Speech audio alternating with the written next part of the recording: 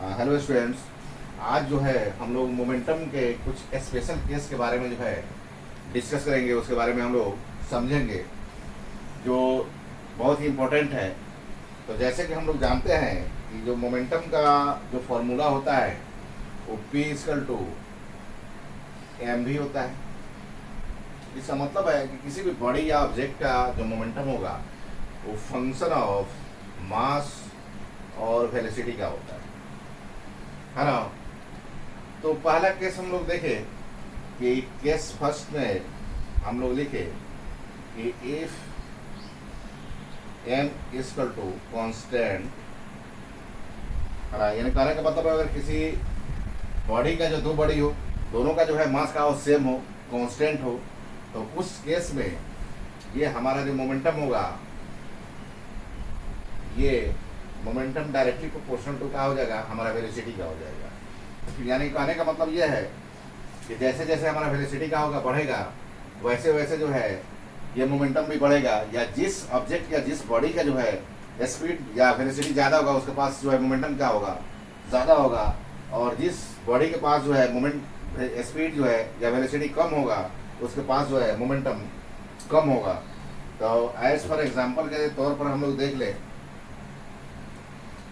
ना, नीचे में हम लोग लिखेंगे एग्जाम्पल के तौर पर कि if two bodies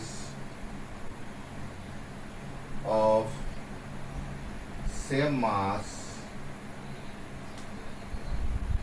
moving with different velocities, then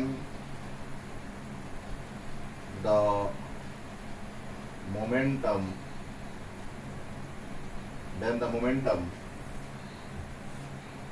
will be large for a body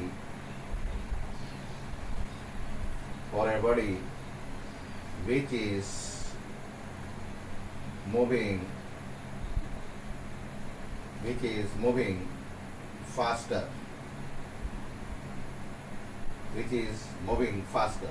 यानी कहने का मतलब ये हुआ कि दो ऑब्जेक्ट है, दो बॉडी है जिसका मास क्या है, सेम है, और डिफरेंट वेलोसिटी से अगर वो मूव कर रहा है तो इस केस में मोमेंटम उसके पास ज़्यादा होगा जिसके पास क्या होगा, वेलोसिटी ज़्यादा होगा। फिर इसको आप लोग जो है लिख लें। फिर इसके बाद हम लोग आगे अगला कंसेप्ट के बारे में डिस्कस करेंगे। एज हम लोग देखें कि इफ P इक्वल टू, या इफ इस केस में m जो है हमारा क्या है, कांस्टेंट है ना। तो हम लोग देखें कि यहाँ पर जो है मोमेंटम जो होगा ये डायरेक्टली प्रोपोर्शनल होगा किसका, वेलोसिटी का। तो इस केस में हम लोगों को देखना है P वर्सेस V का ग्राफ, यानी मोमेंटम का जो है ग्राफ हम लोग जो है वेलोसिटी के अगेंस्ट में जो है ड्रॉ करके देखेंगे किस तरह का होगा, या उसके बारे में हम लोग चर्चा करेंगे। तो इस केस में अगर हम लोग देखें कि यहाँ पर जो है as P is directly proportional to V है, इट मीन्स कि अगर P बराबर हम लोग करें तो K इंटू V हो जाएगा, और ये K जो होगा हमारा एक जो है कांस्टेंट ऑफ प्रोपोर्शनलिटी होता है, या साइन ऑफ प्रोपोर्शनलिटी जब हम हटाते हैं तो उसके बदले में क्या होता है, किसी कांस्टेंट से मल्टीप्लाई करेंगे। तो यहाँ पर लिख देंगे कि where K is a constant of proportionality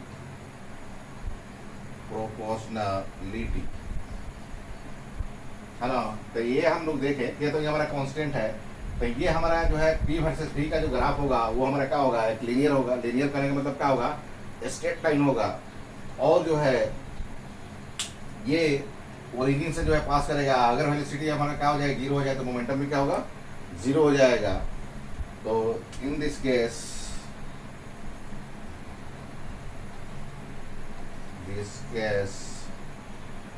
the graph of P versus V is a a straight line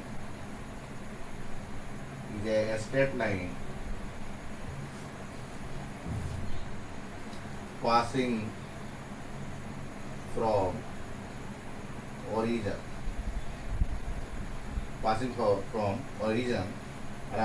as shown in the figure.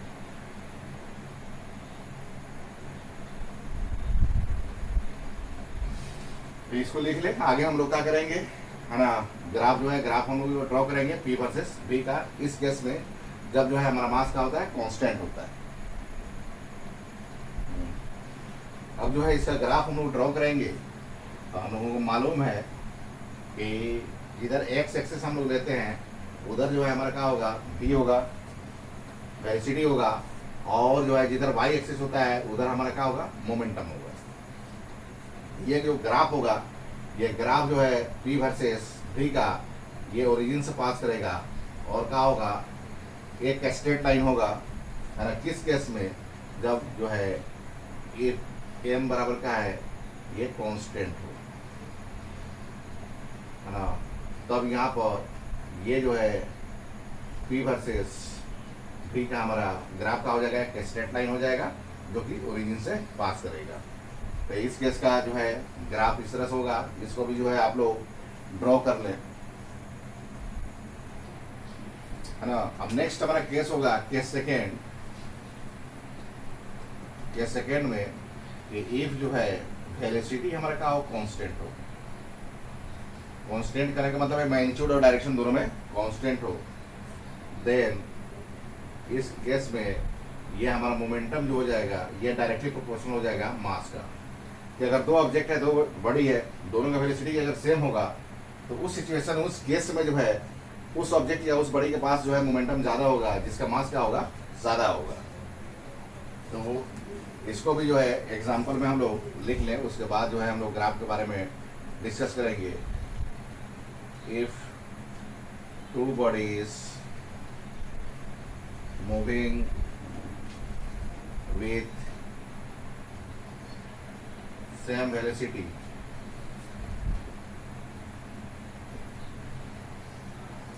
then the momentum will be large for a heavier body. यानी कहने का मतलब ये है कि अगर दो object है, अगर सेम वेलोसिटी से मूव कर रहा है, अगर दोनों का वेलोसिटी अगर सेम होगा तो उस केस में मोमेंटम किसके पास ज़्यादा होगा, तो उस केस में मोमेंटम जो है उस ऑब्जेक्ट या उस बॉडी के पास ज़्यादा होगा, जिसका मास का होगा, ज़्यादा होगा, जो हेवियर होगा।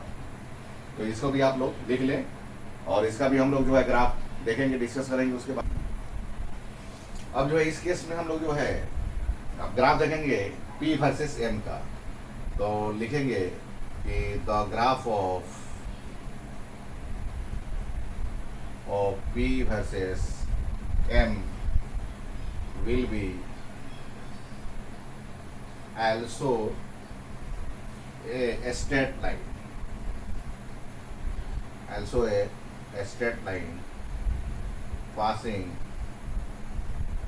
passing through origin as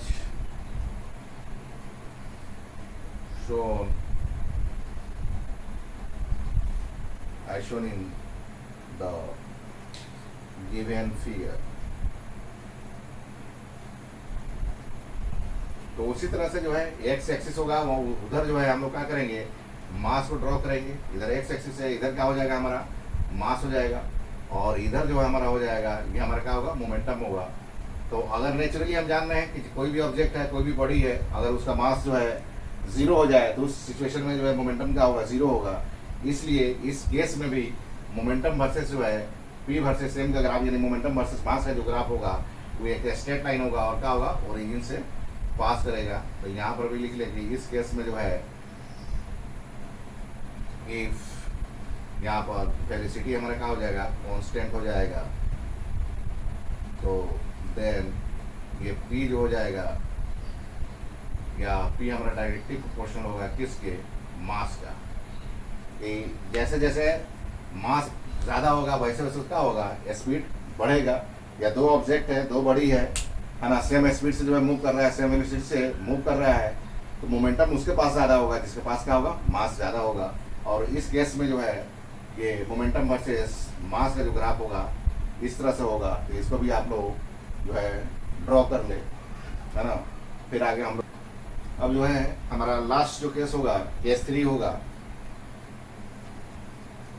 जो कि बहुत ही इम्पोर्टेंट है। इसको हम लोग जो है अच्छे से समझेंगे कि अगर किसी ऑब्जेक्ट का, या दो ऑब्जेक्ट है, दो बॉडीज है, अगर दोनों का मोमेंटम अगर जो है कांस्टेंट है, तो इस सिचुएशन में हम लोग देखेंगे कि किसका वेलोसिटी ज़्यादा होगा।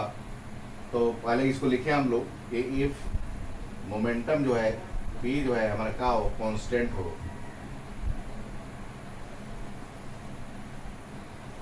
कांस्टेंट हो, तो इस सिचुएशन में हम लोग देखेंगे कि देन ये वेलोसिटी जो होगा ये हमारा इनवर्सली प्रोपोर्शनल ऑफ का हो जाएगा, मास का होगा। यानी v is inversely proportional to m, है ना। यानी कहने का मतलब है कि दो ऑब्जेक्ट है, दो बॉडीज है, अगर जो है दोनों का मोमेंटम सेम है तो उसका वेलोसिटी ज़्यादा होगा जिसका मास का होगा, कम होगा। यानी मास अगर बढ़ेगा तो वेलोसिटी क्या होगा, घटेगा। और मास जो है घटेगा तो वेलोसिटी बढ़ेगा, मास बढ़ेगा तो वेलोसिटी क्या होगा, घटेगा। यानी कि v और यहाँ पर मास जो है, वेलोसिटी और मास एक दूसरे का इनवर्सली प्रोपोर्शनल होता है। तो इस सिचुएशन में हम पहले एक एग्जांपल से समझ लें, या पहले एक एग्जांपल लिख लें, उसके बाद इसके ग्राफ के बारे में हम लोग देखेंगे कि if two objects have same momentum,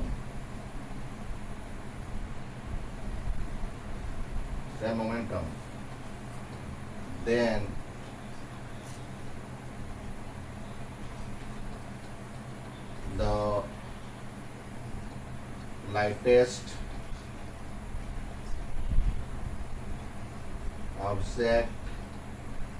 the lightest object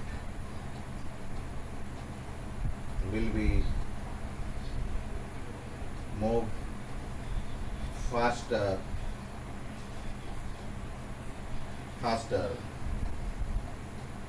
than the heavier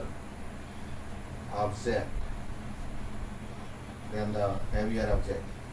If two objects have same momentum, then the lightest object will be move faster than the heavier object. यानी कह रहा है कि दो ऑब्जेक्ट्स है, दो अगर bodies हो, दोनों का अगर मोमेंटम अगर सेम है, तो इस सिचुएशन में जो है वेलोसिटी उसका ज़्यादा होगा जिसका मास का होगा, कम होगा।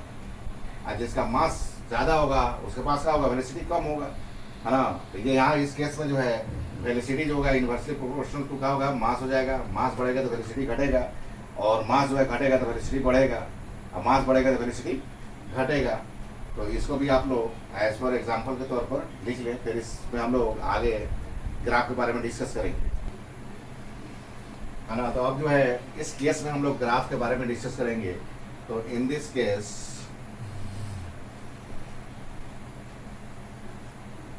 जैसे कि हम लोग देखे हैं कि वेलोसिटी जो होता है ये इनवर्सली प्रोपोर्शनल टू का होता है, मास का होता है। तो इसके आगे हम लोग लिख सकते हैं v is directly proportional to k into 1/m। फिर वहाँ पर जो है यहाँ पर ये क्या हमारा क्या है, sign of constant of proportionality है, या इसको हम लोग सिर्फ जो है कांस्टेंट लिख रहे हैं। तो इस केस में ये हमारा v जो हो जाएगा k/m होगा। और इस केस में ये वेलोसिटी वर्सेस मास का जो ग्राफ होता है एक रेक्टेंगुलर हाइपरबोला होता है। इस फॉर्म में जो भी ग्राफ होगा, यानी कि जस्ट लाइक ये ग्राफ जो हो जाएगा y बराबर k/x। तो इस तरह का जो ग्राफ होता है, इस तरह के जो ग्राफ का जो पैटर्न होगा वो रेक्टेंगुलर हाइपरबोला होता है। और रेक्टेंगुलर हाइपरबोला का ग्राफ कैसे होता है उसके बारे में हम लोग ड्रॉ करके समझेंगे और देखेंगे। तो पहले इसके लिख लें कि in this case the graph of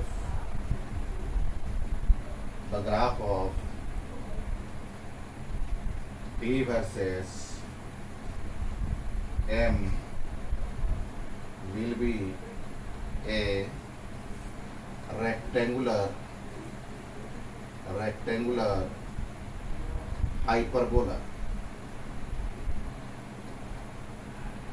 as shown in the figure.